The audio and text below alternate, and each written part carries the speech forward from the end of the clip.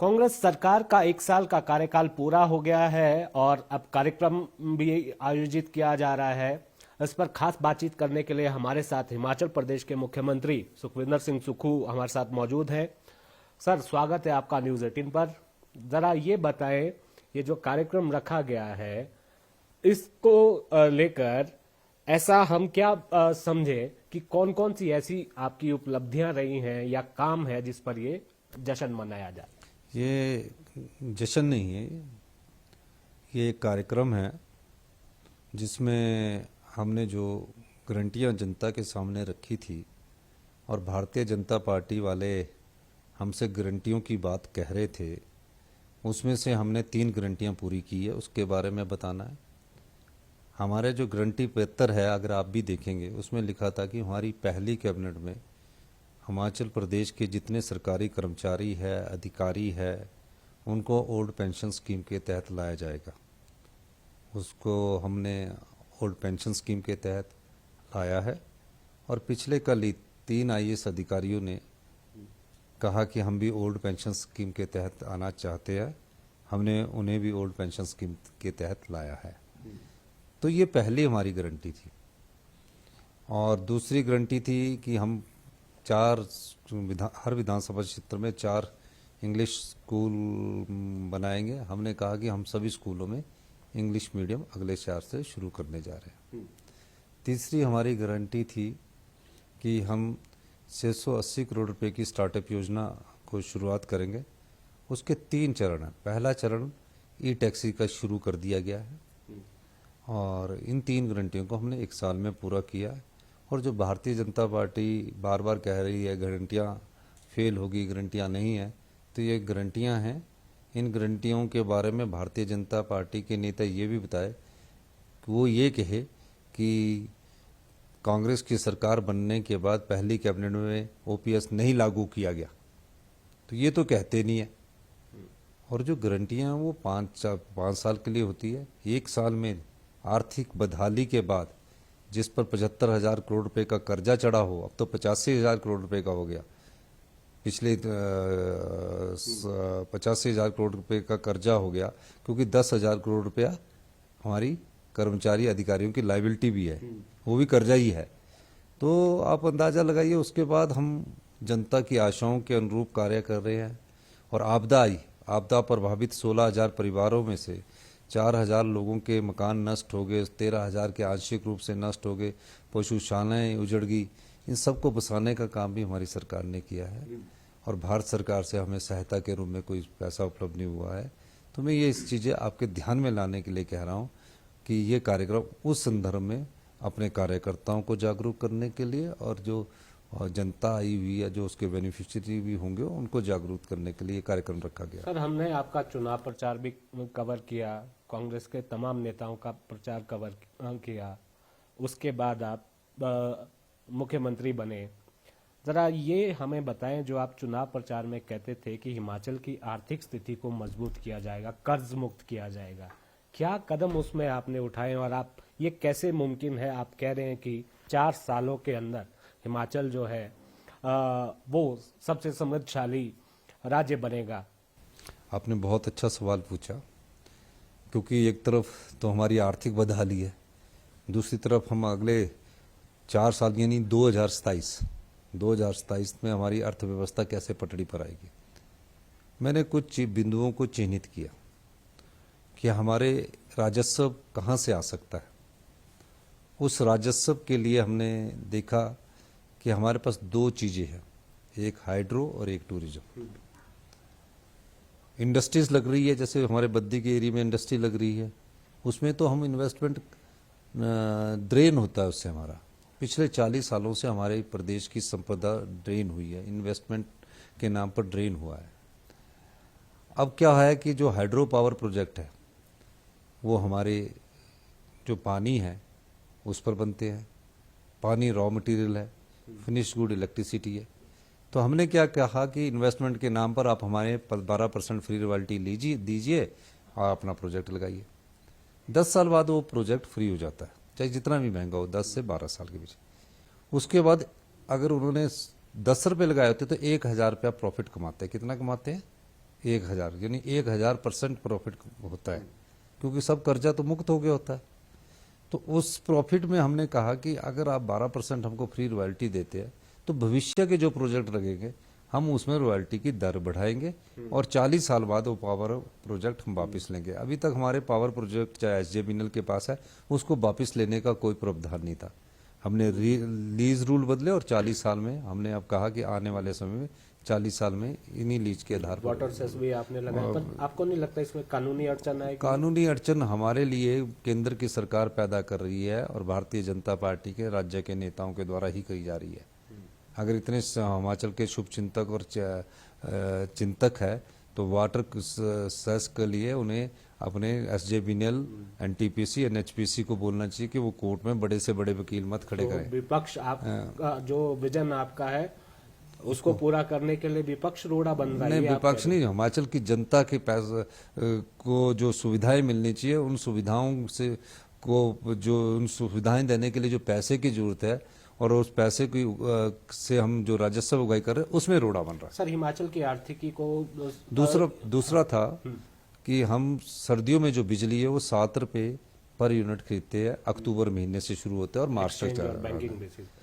तो बैंकिंग पर तो नुकसान होता है हमको, तो 7 रुपये हम खरीदते हैं। तो हमने बोला सोलर पावर प्रोजेक्ट लगाएंगे और हिमाचल प्रदेश में आने वाले समय में हमारी कोशिश है कि 2000 मेगावाट के सोलर पावर प्रोजेक्ट लगे, जिसमें हमें पहला प्रोजेक्ट हिमाचल प्रदेश का जो सबसे बड़ा प्रोजेक्ट है पेखूबाला में 32 मेगावाट का, जो अभी फरवरी में शुरू हो जाएगा। कोशिश है फरवरी में शुरू करने की, 1-2 महीने आगे पीछे हो सकता है। तो उससे क्या होगा, हमें हर महीने साल 27 करोड़ रुपए की बचत भी होगी और 27 करोड़ रुपए की आय भी होगी।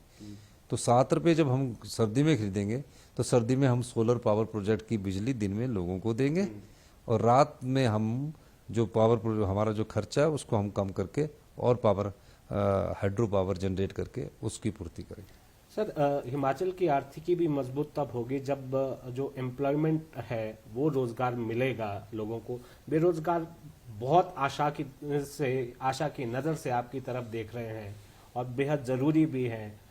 आपने वादा भी किया था और विपक्ष भी सवाल उठा रहे कि 1 साल में 1 लाख नौकरी। हाँ, 1 साल नौकरी रोजगार देना है। सरकार में हम 20,000 रोजगार दे रहे इस साल। कितने दे रहे? 20,000। 10,000 IPH की भर्तियां हो रही है, 261 हमारे वन भर्ती हो रहे हैं, 6,000 हमारे JBT की TGT लेक्चर इनकी बैच वाइज भर्तियां स्टार्ट हो गई है और भी कई पोस्टें हमारी अभी निकला है, क्या कहते डेंटल डॉक्टर की भर्तियां लटकी हुई हैं और 1230 बहुत सारी। नहीं, ये सब चल रही है। आपका सोशल पेज देखिए, वहां पर वो युवा लिखते रहते हैं 1200 नहीं भर्तियां लटकी की भी बात सुनाता हूँ। 1230 पुलिस वालों की भर्तियां हो रही, ये तो नए रोजगार के अवसर दे रहे हैं हम, जो सरकारी क्षेत्र में दे रहे।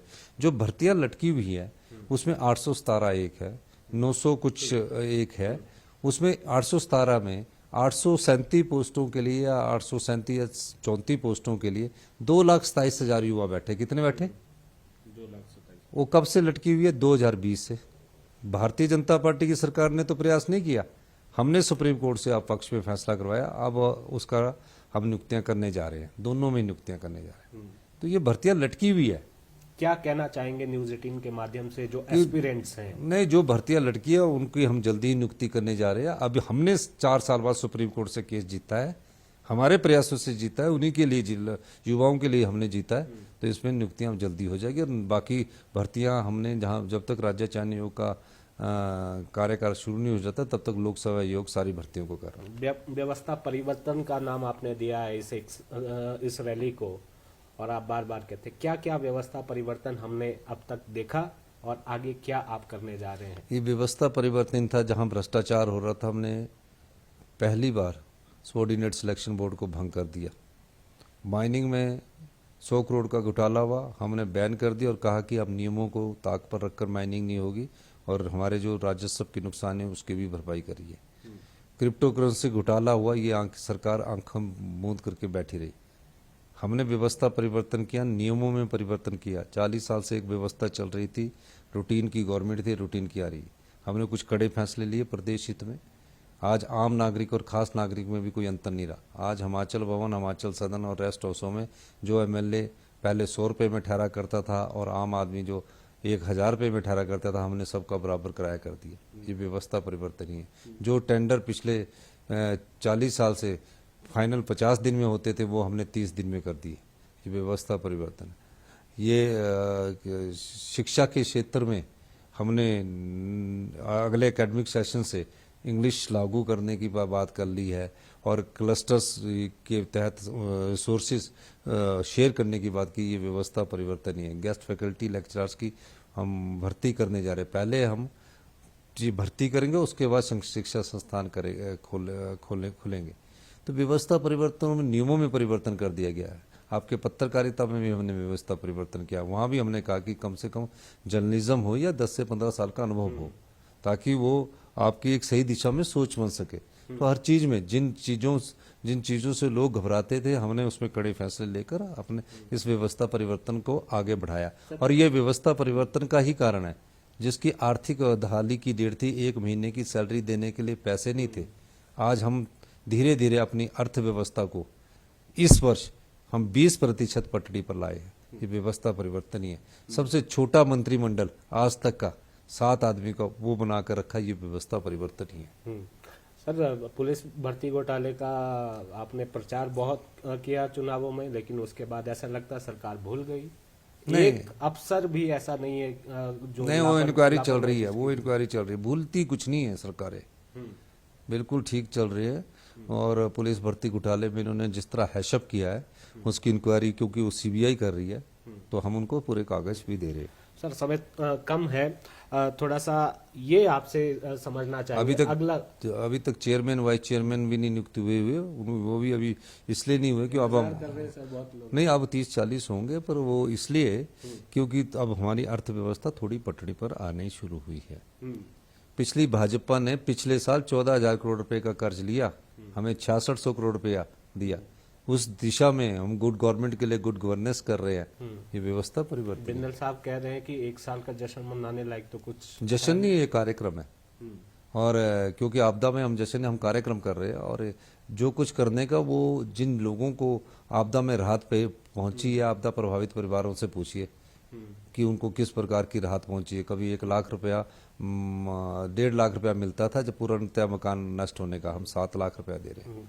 1 और साल के लिए कोई लक्ष्य तय किया या 5 साल के लिए? बस इस हिमाचल प्रदेश को 2027 तक अगले चुनावों से पहले आत्मनिर्भर बनाना है, और अगले 5 साल इस प्रदेश को हिंदुस्तान का सबसे समृद्धशाली और अमीर राज्य बनाना है। 1 साल ये वो साल है जिसमें भ्रष्टाचार का कोई मामला नहीं हुआ। भ्रष्टाचार के खिलाफ कार्रवाई की गई। जहां भी भ्रष्टाचार हुआ वहां सरकार ने कार्रवाई की है।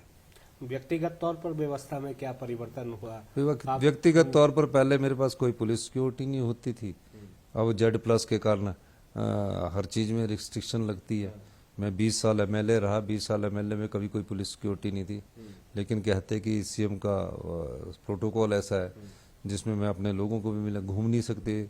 कई बार तो मैं निकल जाता हूँ, घूम नहीं सकते तरीके से। हर जगह मतलब चौकसी रहती है। ये नहीं कि आप जब मुख्यमंत्री बन जाते हैं तो आप आजाद नहीं है, आप एक गहरे में रहते हैं, मतलब जेल की तरह होता है। तो इधर भी कैमरे लगे होते, उधर भी कैमरे लगे होते। अब तो सर मुखर होकर आपसे भी सवाल लिए जा सकते हैं। अब तो आपको अनुभव हो गया। पहले आप कहते थे कि मैं मंत्री नहीं रहा, अब तो आप 1 साल हो गया मुख्यमंत्री बन के। जरा ये भी बता दें, जरा हिमाचल प्रदेश की जनता भी जानना चाहती है, आपकी सेहत को लेकर अलग अलग बातें चल रही हैं। देखिए, आजकल मैं ठीक हूँ, कोई ऐसी बात नहीं है। धन्यवाद, जय हिंद। बहुत बहुत शुक्रिया और शुभकामनाएं आपको आने वाले सालों के लिए। तो मुख्यमंत्री सुखविंदर सिंह सुक्खू हमारे साथ थे। विशेष बातचीत इन्होंने की है और बहुत सारे काम इन्होंने गिनवाए हैं, और अगले 5 सालों का भी विजन यहाँ पर रखा है। शिमला से कैमरा सहयोगी दीपक राणा के साथ रणबीर सिंह, न्यूज़ 18।